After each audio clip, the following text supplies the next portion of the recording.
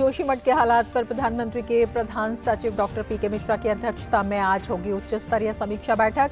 उत्तराखंड के मुख्यमंत्री ने कहा, प्रधानमंत्री ने जोशीमठ में प्रभावित लोगों की सुरक्षा और पुनर्वास के कदमों एवं समस्या के समाधान हेतु तात्कालिक तथा दीर्घकालिक कार्य योजना की प्रगति के विषय में ली जानकारी।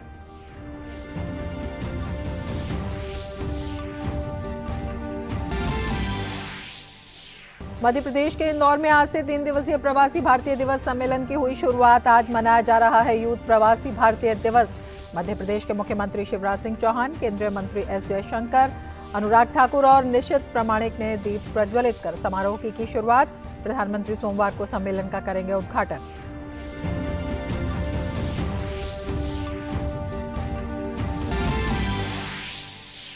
विदेश मंत्री डॉक्टर एस जयशंकर ने इंदौर में मलेशिया के मानव संसाधन मंत्री शिव कुमार और राजू नायडू के साथ की द्विपक्षीय बैठक। दोनों देशों के बीच सामुदायिक संबंधों को मजबूत करने और सहयोग को बढ़ावा देने पर हुई चर्चा।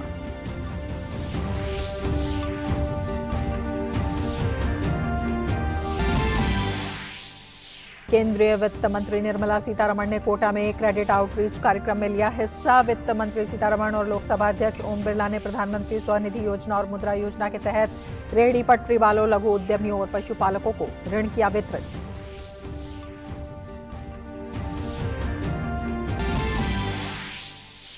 अंतर्राष्ट्रीय खबरों में चीन ने कोविड-19 महामारी के कारण अंतर्राष्ट्रीय यात्रियों पर 3 साल से लागू प्रतिबंध समाप्त करते हुए अपनी सीमाएं खोली। चीन में प्रवेश करने वाले यात्रियों को अब नहीं रहना होगा क्वारंटीन।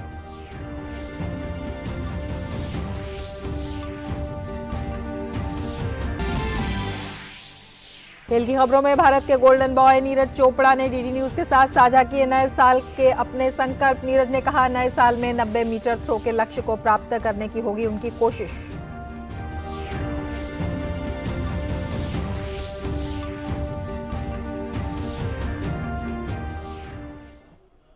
नमस्कार, डीडी न्यूज में आपका स्वागत है। मैं हूं रमा त्यागी। लेंगे समाचार विस्तार से।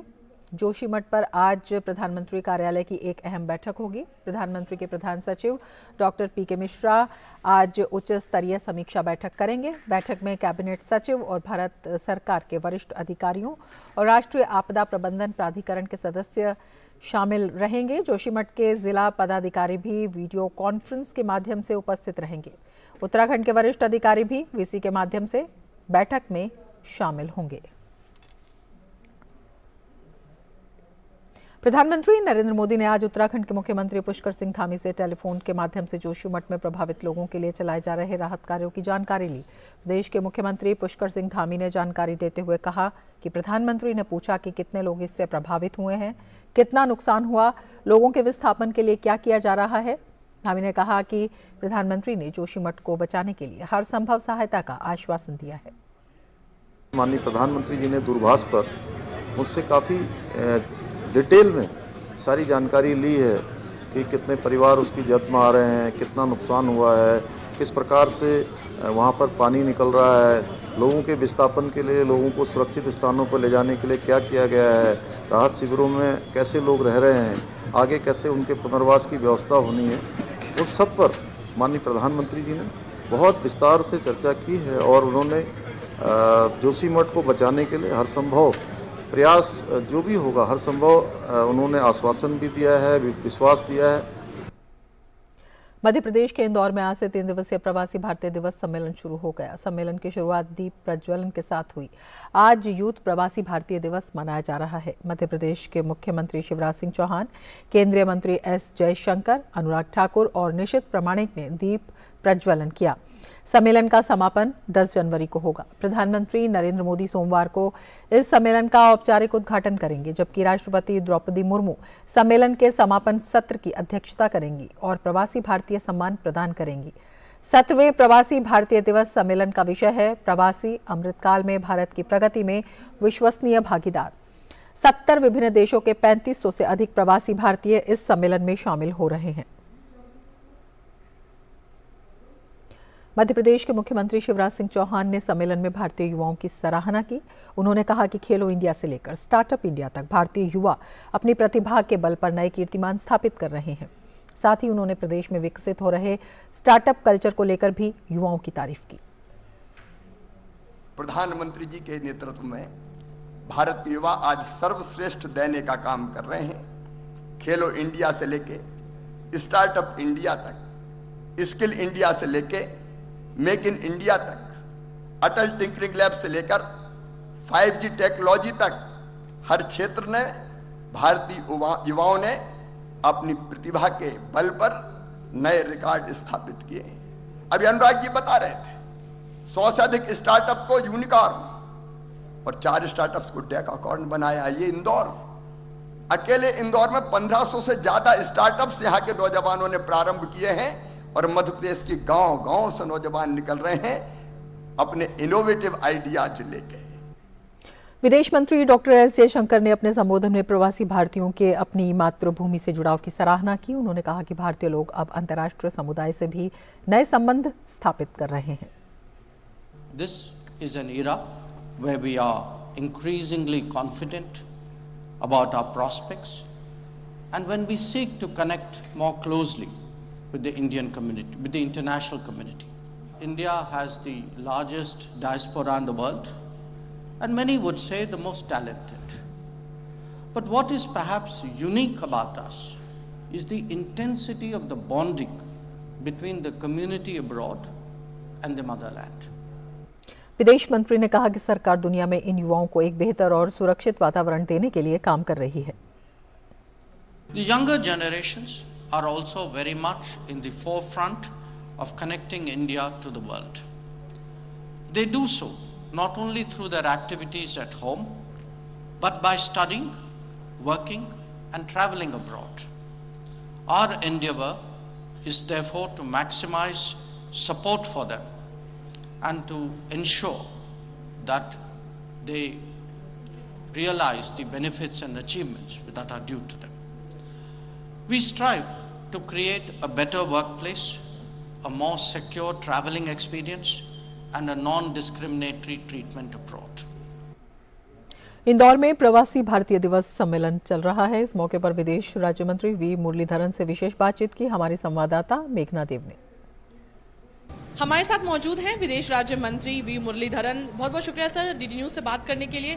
सर, आज यूथ प्रवासी भारतीय दिवस का कार्यक्रम है, अहम शुरुआत है एक तरीके से यंग डायस्पोरा से कनेक्ट करने की, क्या कहें? नहीं, ये प्रवासी भारतीय दिवस कन्वेंशन के साथ उसके शुरुआत में ही हमने युवा भारतीय प्रवासी कन्वेंशन का कार्यक्रम का आयोजन किया है, जिसमें केवल देश भर से नहीं दुनिया भर से युवा, प्रवासी युवा इंदौर में आए हैं और भारत का जो विविधता है, भारत का प्रजातंत्र है, भारत का पोटेंशियल है आने वाले दिनों में, उसके बारे में वो एक्सप्लोर करे, वो अवगत हो जाए और आने वाले दिनों में उसका फायदा वो उठाए। इसी उद्देश्य के साथ हमने युवा प्रवासी भारतीय कन्वेंशन का आयोजन किया। सर देखिए, कई प्लेनरी सेशंस होने वाले हैं इस बार, खास तौर पर 4 ऐसे प्लेनरी सेशन हैं जो कैबिनेट मिनिस्टर्स हेड करेंगे। क्या एजेंडा है सर, और क्या एक तरीके से फोकस रहेगा?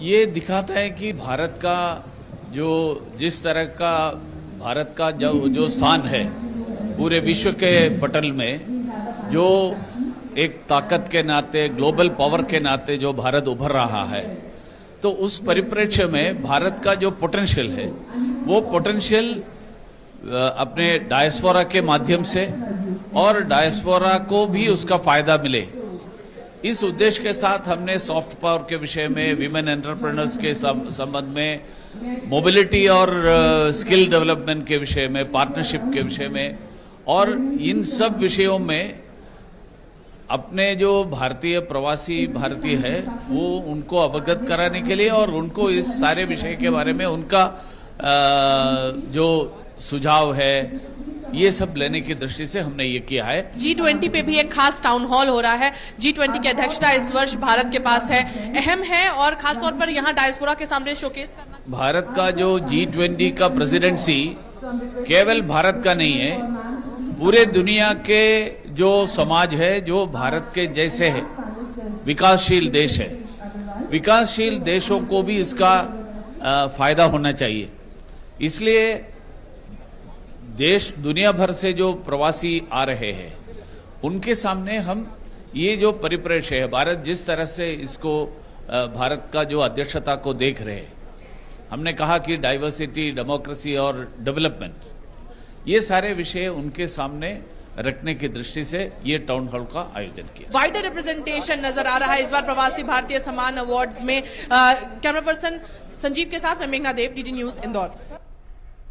मध्य प्रदेश के इंदौर में आयोजित युवा भारतीय प्रवासी दिवस के दौरान केंद्रीय सूचना एवं प्रसारण मंत्री अनुराग ठाकुर ने पत्रकारों से बातचीत के दौरान कहा कि जब हम भविष्य में काम करने की बात करते हैं तब हम ABC की बात करते हैं। इसमें A का मतलब आर्टिफिशियल इंटेलिजेंस, B का मतलब ब्लॉकचेन और C का मतलब क्लाउड कंप्यूटिंग है। केंद्रीय मंत्री ने कहा कि 21वीं सदी में नई तकनीक से रोजगार और अवसरों के नए क्षेत्र बनेंगे।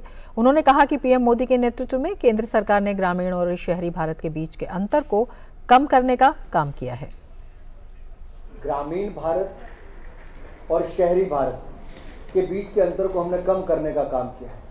देश के हर गांव, हर घर तक बिजली पहुंचाने का काम किया है। हर घर तक नल पहुंचाने का काम हम कर रहे हैं। और यही नहीं, हर बहन को रसोई गैस का सिलेंडर से लेके हर बेटी को शिक्षा के अवसर देने का काम कर रहे हैं। हर गांव में ब्रॉडबैंड का कनेक्शन हो, उस दिशा में हमारी सरकार ने भारत नेट को लेके काम करने का काम किया है। 17वें प्रवासी भारतीय सम्मेलन में इस बार सूचना एवं प्रसारण मंत्रालय के केंद्रीय संचार ब्यूरो और प्रकाशन विभाग द्वारा एक प्रदर्शनी लगाई गई है। ये प्रदर्शनी प्रवासी छात्रों के लिए भारत को जानने और समझने का अवसर दे रही है। हमारे संवाददाता आदित्य श्रीवास्तव ने वहां का जायजा लिया। सूचना एवं प्रसारण मंत्रालय के केंद्रीय संचार ब्यूरो और प्रकाशन विभाग ने इंदौर में चल रहे 17वें प्रवासी भारतीय सम्मेलन में एक प्रदर्शनी लगाई है और वो प्रदर्शनी कई मायनों में खास है। कैसे, ये हम आपको बताते हैं। सबसे पहले आपको बताते हैं प्रकाशन विभाग की कुछ महत्वपूर्ण किताबें, वो महत्वपूर्ण किताबें जो पढ़ने वाले बच्चे, जो यूपीएससी की तैयारी करने वाले बच्चे, कॉम्पिटिटिव एग्जाम्स की तैयारी करने वाले बच्चों के लिए होती है। प्रकाशन विभाग की वो किताबें हैं, पैम्फलेट्स है। G20 की अध्यक्षता भारत कर रहा है। बहुत महत्वपूर्ण हो जाता है ये प्रवासी भारतीय सम्मेलन, वो भी तब जब G20 की अध्यक्षता भारत करता हुआ आ रहा है। और एक सबसे महत्वपूर्ण, सबसे आकर्षण का केंद्र जो इस वक्त यहाँ पर इस एग्जीबिशन में है, वो है ये डिजिटल किताब। आज़ादी का अमृत महोत्सव जब ये देश मना रहा है तो लोग ये जान रहे हैं कि किस तरीके से ये देश आज़ाद हुआ था, किन लोगों की महत्वपूर्ण भूमिका थी। साथ साथ अगर आगे बढ़े तो भारत के विकास में प्रधानमंत्री के जो विज़न है, वो प्रधानमंत्री का विज़न किस तरीके से काम कर रहा है। प्रकाशन विभाग की जो किताबें हैं वो भी इस प्रदर्शनी में प्रदर्शित की जा रही हैं। और जो प्रवासी भारतीय यहाँ पर पहुँच रहे हैं, वो प्रवासी भारतीय इसको किताबों को समझ रहे हैं, पढ़ रहे हैं। और ये देखिए, स्वराज सीरियल, आपका अपना स्वराज सीरियल, दूरदर्शन पर प्रसारित होने वाला वो स्वराज धारावाहिक जो आज़ादी की पूरी कहानी बता रहा है। तमाम फ्रीडम फाइटर्स जो लड़ रहे हैं उनके संबंधित किताबें भी जो है वो यहाँ पर मौजूद हैं। भारत के राष्ट्रपति, उपराष्ट्रपति, पूर्व राष्ट्रपति जो लोग रहे हैं उनकी पूरी जानकारी यहाँ पर है। कुछ छात्र हमारे बीच हैं, आप इस प्रदर्शनी में हम देख रहे हैं, बड़े उत्साह के साथ देख रहे हैं, क्या खास नजर आ रहा है? देखिए, आज़ादी का अमृत महोत्सव चल रहा है और आज़ादी को समझने के लिए, भारत को समझने के लिए पढ़ना बहुत ज़रूरी है। और मुझे लगता है कि प्रकाशन विभाग एक बहुत महत्वपूर्ण हमारा सहयोगी है, जो हमें भारत की सभ्यता के बारे में, उसकी संस्कृति के बारे में, उसके इतिहास को जानने के बारे में बहुत उपयोगी रहता है। हमारे साथ प्रकाशन विभाग की महानिदेशक अनुपमा भटनागर जी भी हमारे साथ मौजूद है। मैम, एक बहुत महत्वपूर्ण प्रदर्शनी यहाँ पर देखने को मिल रही है, क्या उद्देश्य इस प्रदर्शनी को बताने का? देखिए, हमारा उद्देश्य है कि हमारे प्रकाशन विभाग की बहुत ही अच्छी क्वालिटी में बहुत अच्छी बुक्स होती है जो कि अफोर्डेबल प्राइस में होती है, तो इनके बारे में लोगों को मालूम चले और हमारा बुक्स का प्रमोशन हो और लोगों में पढ़ने की जो है रुचि दोबारा से जागृत हो। प्रवासी भारतीय जो यहाँ पहुँच रहे हैं, क्या ये माने कि भारत अपने भविष्य को, ना सिर्फ भविष्य को बता रहा है बल्कि वर्तमान को भी बता रहा है, ना सिर्फ भूत को बता रहा है, वर्तमान को भी बता रहा है और भविष्य को भी बता रहा है? जी बिल्कुल, आपका कहना बिल्कुल सही है। और इसमें मैंने देखा है कि जो हमारी आर्ट कल्चर की जो बुक्स है, पेंटिंग्स की, उसमें उसके लिए उनको बहुत रुचि हो रही है। और कई प्रवासी भारतीयों को ये जान के बहुत अच्छा लग रहा है कि जो योजना कुरुक्षेत्र बाल भारती जो वो पढ़ते आए हैं, जो वो इंडिया में थे पढ़ी थी, वो अभी भी निकल रही है, तो उनको बहुत, ये उनके लिए भी बहुत खुशी की बात है। जो छात्र यहाँ पहुँच रहे हैं, खासकर वो प्रवासी छात्र जो दूसरे देशों में रह रहे हैं, उनको हमारे भारत के बारे में जानने का अवसर मिल रहा है, मौका मिल रहा है। इंदौर से कैमरा पर्सन प्रद्युम्न दुबे के साथ आदित्य श्रीवास्तव, डीडी न्यूज़। इंदौर में हो रहे 17वें भारतीय प्रवासी दिवस पर संयुक्त अरब अमीरात से आए भारतीय प्रवासी फ्रंट लाइन वर्कर दल के साथ हमारे संवाददाता आदित्य श्रीवास्तव ने बातचीत की। कोरोना काल में सबसे महत्वपूर्ण भूमिका फ्रंटलाइन वर्कर्स ने निभाई थी और भारत के कुछ लोग ऐसे भी हैं जो अलग अलग देशों में मौजूद हैं और फ्रंटलाइन वर्कर के तौर पर काम कर रहे थे। यूएई से एक बड़ा दल फ्रंटलाइन वर्कर्स का 17वें प्रवासी भारतीय सम्मेलन में शिरकत करने के लिए इंदौर पहुंचा है। आइए उनसे जानते हैं किस तरीके से इस सम्मेलन में शिरकत कर रहे हैं और किस उम्मीद के साथ वो यहाँ पर पहुंचे हैं। ये बताइए, अलग अलग जगहों से आप लोग पहुंचे हैं, यूएई से आप लोग आए हुए हैं। फ्रंटलाइन वर्कर्स की हाल में बहुत महत्वपूर्ण भूमिका थी। प्रवासी भारतीय सम्मेलन में तमाम प्रवासी यहाँ पर पहुँच रहे हैं और एक कनेक्ट जो होगा हमारे जड़ से जुड़े हुए लोगों का, हमसे जुड़े हुए लोगों का, हम भारतीयों का, वो देखने को मिलता है। जी हाँ, दुबई और इंडिया का कॉन्टैक्ट बहुत अच्छी है, मजबूती है। हम लोग इंदौर आए, बहुत अच्छा लगा। यहाँ स्वच्छता बहुत अच्छा है, देखकर बहुत खुशी हुई दिल में। क्या मैसेज दे रहे हैं आप इस प्रवासी भारतीय, क्योंकि पूरे फ्रंटलाइन वर्कर्स का एक बड़ा दल आया है?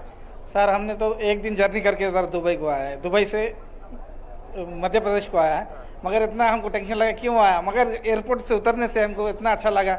हमारा स्वागत करना, हमारा देखभाल करना बहुत अच्छा है सर। ऐसा प्रोग्राम करना हमारे लिए बहुत बहुत खुशी की बात है। भारत लगातार सेवा भाव से काम करता है। आप सब भारतीय हैं और यूएई में अपनी सेवाएं दे रहे हैं, वहाँ पर फ्रंटलाइन के तौर पर काम किया आपने। किस तरीके से भारत के लोगों को बताएंगे कि क्या महत्वपूर्ण भूमिका आप लोग वहाँ निभा रहे हैं? सबका नमस्कार। सबका मध्य प्रदेश को हम लोग थैंक्स बोलते हैं, हमारा कंपनी से हमको इधर भेजा है। लेकिन अभी तक हम लोग 16 का प्रवासी भारतीय हम लोग देखा है, लेकिन आज तो अभी हम लोग देखा है, लाइव में आया था। अभी हमको मोटिवेशन कर रहा है यूथ प्रवासी भारतीयों के लेके हम लोग कैसा आगे बढ़ने के लिए। लेकिन मध्य प्रदेश को बोला क्लीनेस्ट सिटीज़, लेकिन आगे बढ़ने के लिए अभी ये आगे से स्टार्ट होता है। अभी क्लीनेस्ट कंट्री तक पहुंचने के लिए यूथ को मोटिवेशन करने के लिए स्पीच दे रहा है। ये हमारे लिए अच्छा है, जो यूथ को जो कौन कौन अभी तक कोई बता नहीं सकता, अभी इधर आके हम लोग सीख सकता है कितना भी हमारे लिए को भारतीय लोग।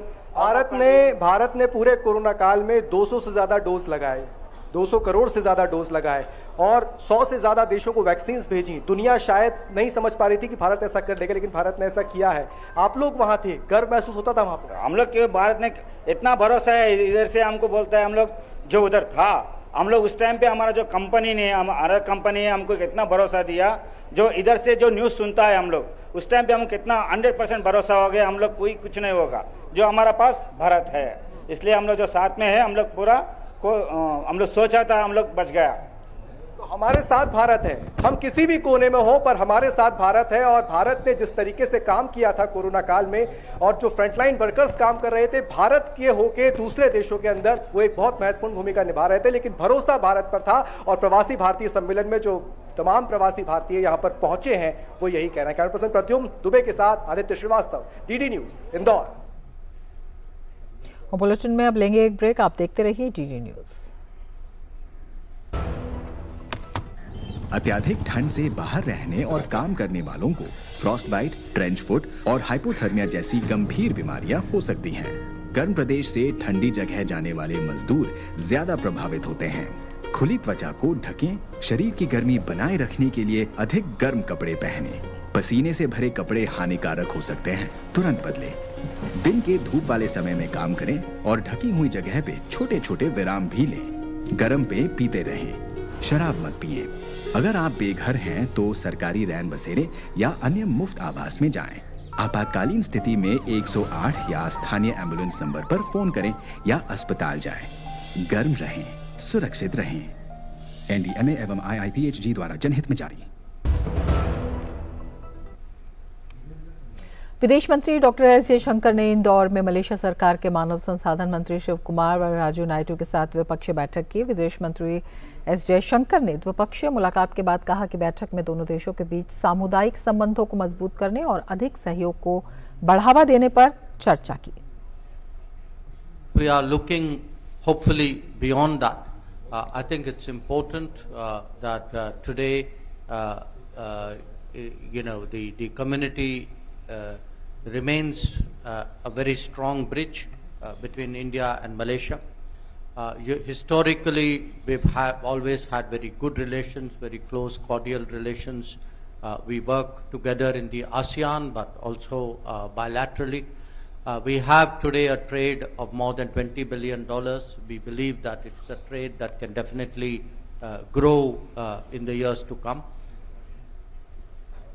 In the last few years, we've also seen a lot of changes which have brought the Indian diaspora closer to India. It has brought us closer to India because even during the COVID period, many of you, I think, took a lot of interest, made a huge effort to support the COVID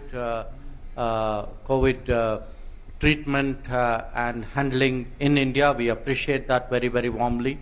On our part, we also tried to be as helpful as we could, especially to the countries where there was Indian origin community. They were a particular focus of whatever we could do. Kota में आयोजित credit outreach कार्यक्रम में लोकसभा अध्यक्ष ओम बिरला और केंद्रीय वित्त मंत्री निर्मला सीतारमण ने हिस्सा लिया। इस मौके पर अपने संबोधन में लोकसभा अध्यक्ष ने कहा कि सरकार लोगों को आत्मनिर्भर बनाने के लिए कई योजनाएं चला रही है। पीएम स्वनिधि के माध्यम से देश का गरीब आत्मनिर्भर हो, 2 टाइम की रोटी का उसका इंतजाम हो, देश के नौजवानों को मुद्रा बैंक में लोन मिलकर वो आत्मनिर्भर खड़ा हो, स्टार्टअप के माध्यम से कई योजनाओं के माध्यम से उनको ऋण दिलाकर वो आत्मनिर्भर खड़ा हो। इस मौके पर केंद्रीय वित्त मंत्री ने कहा कि सरकार देश के लोगों को आत्मनिर्भर बनाने के लिए कई योजनाओं के द्वारा प्रोत्साहित कर रही है। उन्होंने बताया कि पीएम स्वनिधि योजना के तहत 2300 से ज्यादा लोगों को 3 करोड़ से अधिक की धनराशि प्रदान की गई। वहीं स्टैंड अप योजना के तहत स्टार्टअप को शुरू करने के लिए 20 लोगों को 2 करोड़ रुपए प्रदान किए गए। 2300 से ऊपर लोगों को आज पीएम स्वनिधि के द्वारा लोन मिल रही है। उसमें वैल्यू 3 करोड़ से ज्यादा अमाउंट आज बंटवारा होने वाले हैं। कुल मिलाकर के 7000 से ज्यादा लोग कोटा में पीएम स्वनिधि में 10,000 हो, 5,000 हो, 50,000 हो, 10 लाख के तक लोन मिलना अभी संभव हो गया है। गांव में रहने वाले भी स्टार्टअप शुरू कर सकते हैं। आज कोटा में स्टैंड अप, जो गांवों में स्टार्टअप का स्टैंड अप बोलते हैं, स्टैंड अप के नाम पर 20 लोगों को गांवों में ब्रांचेस के द्वारा 2 करोड़ के करीब आज सैंक्शन हो रही है। चीन में कोरोना के बढ़ते मामलों के बीच अंतर्राष्ट्रीय यात्रियों के लिए कोरोना प्रतिबंधों को समाप्त कर दिया गया है। प्रतिबंधों में ढील के बाद चीन में प्रवेश करने वाले यात्रियों को अब क्वारंटीन नहीं रहना होगा। इससे पहले 3 साल तक चीन में आने वाले यात्रियों को 2 हफ्ते तक क्वारंटीन रहना जरूरी था। चीन में इस समय कोरोना के नए वेरिएंट का कहर तेजी से बढ़ रहा है। कोरोना के बढ़ते मरीजों से अस्पतालों की व्यवस्था पूरी तरह से चरमरा गई है। विश्व स्वास्थ्य संगठन भी चीन में कोरोना के बढ़ते मामलों पर चिंता जता चुका है। भारतीय भाला फेंक खिलाड़ी और टोक्यो ओलंपिक में स्वर्ण पदक विजेता नीरज चोपड़ा को उम्मीद है कि वे साल 2023 में 90 मीटर के थ्रो का ड्रीम टारगेट पूरा कर लेंगे। एक डिजिटल प्रेस कॉन्फ्रेंस में नीरज चोपड़ा ने हमारे संवाददाता सुशील कुमार के सवाल के जवाब में कहा कि नए साल में उनका संकल्प अपना सर्वश्रेष्ठ प्रदर्शन करने का होगा। सुशील पूछते हैं कि आपके कुछ पर्सनल गोल्स 2023 के लिए, कुछ रेजोल्यूशंस अगर आपने बनाए और शेयर करना चाहोगे आप? पर्सनल तो गोल कुछ ट्रेनिंग से उससे है कि भाई कुछ ट्रेनिंग में मुझे चीजें बेटर करनी है और ज्यादा, और कोशिश यही करूंगा कि इस साल अपना पर्सनल बेस्ट करूं। जैसे 2022 में भी मेरा पर्सनल बेस्ट हुआ था, तो इस साल भी, और होपफुली आप सभी का जो 90 मीटर का वो है वो भी वही कोशिश रहेगी कि पर्सनल बेस्ट करूं इस साल। आज से गुजरात के अहमदाबाद में साबरमती रिवर फ्रंट पर अंतर्राष्ट्रीय पतंग महोत्सव 2023 की शुरुआत हो गई है। गुजरात के मुख्यमंत्री भूपेंद्र भाई पटेल ने महोत्सव की शुरुआत की। इस बार पतंग महोत्सव की थीम G20 पर आधारित है।